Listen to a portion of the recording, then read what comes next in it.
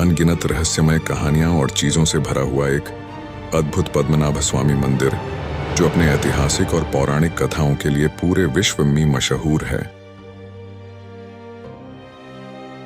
यह मंदिर भगवान विष्णु को समर्पित है, जो ब्रह्मांड की शक्तिशाली त्रिदेवों में से एक हैं।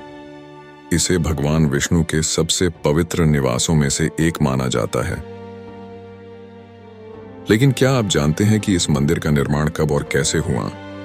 इसका इतिहास क्या है? तो चलिए इसके बारे में जानते हैं। दरअसल आज भारत के तिरुवनंतपुरम में स्थित इस मंदिर का पुनर्निर्माण त्रावणकोर के महाराजा मार्तंड वर्मा के द्वारा 18वीं सेंचुरी में किया गया था, लेकिन इसका इतिहास बहुत पुराना है।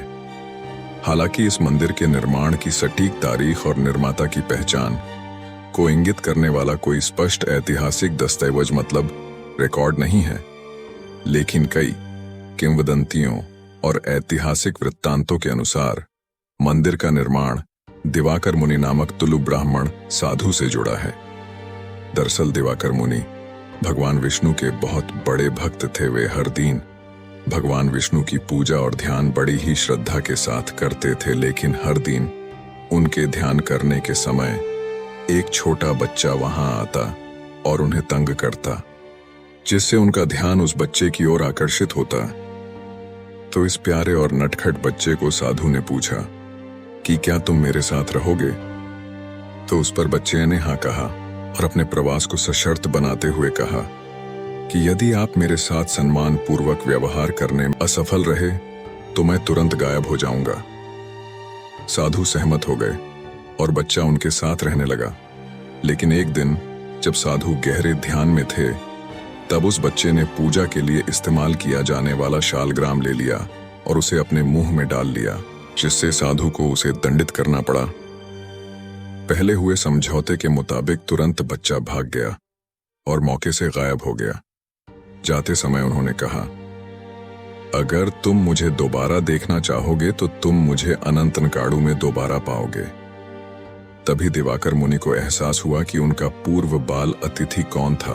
दिवाकर मुनि ने बच्चे द्वारा बताए गए मार्ग का पालन किया। इस प्रक्रिया में उन्होंने भोजन, आराम और नींद छोड़ दी। अंततः वह समुद्र तट के पास एक जंगली इलाके में पहुंच गए, जहां उन्होंने एक विशाल इलप्पा पेड़ में उस बच्चे को लुप्त होते हुए देखा और तभी वो पेड़ जमीन पर गिर गया और उसने श्री महाविष्णु का रूप धारण कर लिया। भगवान विष्णु का यह दिव्य रूप, जिसे अनंत शयन मूर्ति के नाम से जाना जाता है, उस दिव्य रूप का सिर थिरुवल्लम में था, जहां आज श्री पद्मनाभ स्वामी का मंदिर स्थित है, और पैर त्रिप्पापुर में थे।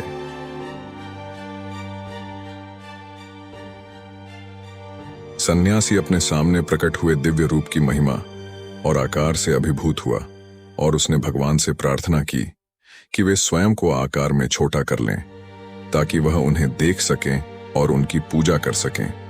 उनकी प्रार्थनाएं स्वीकार कर ली गई थीं। फिर उन्होंने तुरंत भोग के रूप में नारियल के खोल में एक कच्चा आम चढ़ाया। अभी भी यह चढ़ावा जारी है। बाद में जब इस दर्शन की खबर उस समय के त्रावणकोर महाराजा तक पहुंचती है, तो वे वहां पर एक मंदिर बनाने का आदेश दे देते हैं। आगे चलकर महाराजा मार्तंड वर्मा इस मंदिर के वास्तुकला को सुधारते हैं। तो चलिए अब हम इसके बाद इस मंदिर के मिस्टीरियस और अनइमेजिनेबल आर्किटेक्चर के बारे में थोड़ी जानकारी लेते हैं। पद्मनाभ स्वामी यह मंदिर स्वदेशी केरल वास्तुकला और द्रविड़ शैली की वास्तुकला के जटिल मिश्रण के लिए प्रसिद्ध है, जो दक्षिण भारत में प्रमुख है और अपने ऊंचे गोपुरम, ऊंची दीवारों और जटिल मूर्तिकला विवरणों के लिए प्रसिद्ध है। इस मंदिर के सैंक्टम सैंक्टोरम मतलब गर्भगृह में स्थित भगवान श्री पद्मनाभ स्वामी की मुख्य मूर्ति की बनावट अत्यधिक अद्भुत और अन्य मूर्तियों से बहुत अलग है।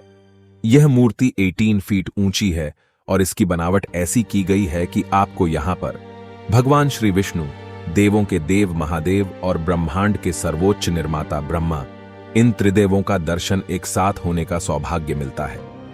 मंदिर के गर्भगृह में श्री पद्मनाभ को 5 फनों वाले अनंत नाग पर आराम से लेटे हुए अनंत शयनम मुद्रा में देखा जा सकता है, जबकि भगवान का दाहिना हाथ एक शिवलिंग पर रखा हुआ दिखाई देता है और उनकी पत्नी श्रीदेवी और भूदेवी उनके बगल में हैं। वहीं उनकी नाभि से कमल यानी पद्म का फूल निकल रहा है, जिस पर ब्रह्मदेव बैठे हुए दिखाई देते हैं। किंवदंती के अनुसार मूर्ति को दिवाकर मुनि नामक एक तुलु ब्राह्मण साधु द्वारा प्रतिष्ठित किया गया था, लेकिन 1730 ईस्वी में त्रावणकोर के राजा मार्तंड वर्मा ने अपने शासनकाल में पुरानी लकड़ी की मूर्ति को वर्तमान मूर्ति से बदल दिया। यह नई मूर्ति अत्यधिक जटिल मिश्रण से बनी है, जिसे कटुसर करयोगम के नाम से जाना जाता है, और इसके खोखले आंतरिक भाग में राजा मार्तंड वर्मा द्वारा नेपाल की गंडकी नदी से लाए गए 12,008 पवित्र शालिग्राम पत्थर शामिल हैं। इस मंदिर को और भी आकर्षक इसके गर्भगृह में स्थित 3 दरवाजे बनाते हैं, जिसमें हमें पहले दरवाजे से शेष नाग, भगवान श्री विष्णु और शिवलिंग दिखाई देते हैं। दूसरे दरवाजे से भगवान की नाभि से निकलते कमल पर बैठे हुए ब्रह्मदेव दिखाई देते हैं, और तीसरे दरवाजे से हमें भगवान श्री विष्णु के चरण दिखाई देते हैं। इसी के साथ इस मंदिर के मुख्य पूर्वी प्रवेश द्वार पर स्थित एक विशाल और सुंदर गोपुरम इस मंदिर की बाहरी सुंदरता में 4 चांद लगा देता है। यह गोपुरम 100 फीट ऊंचा है और 7 मंजिला है, जिसका निर्माण पांड्य शैली में 16वीं सदी में किया गया था।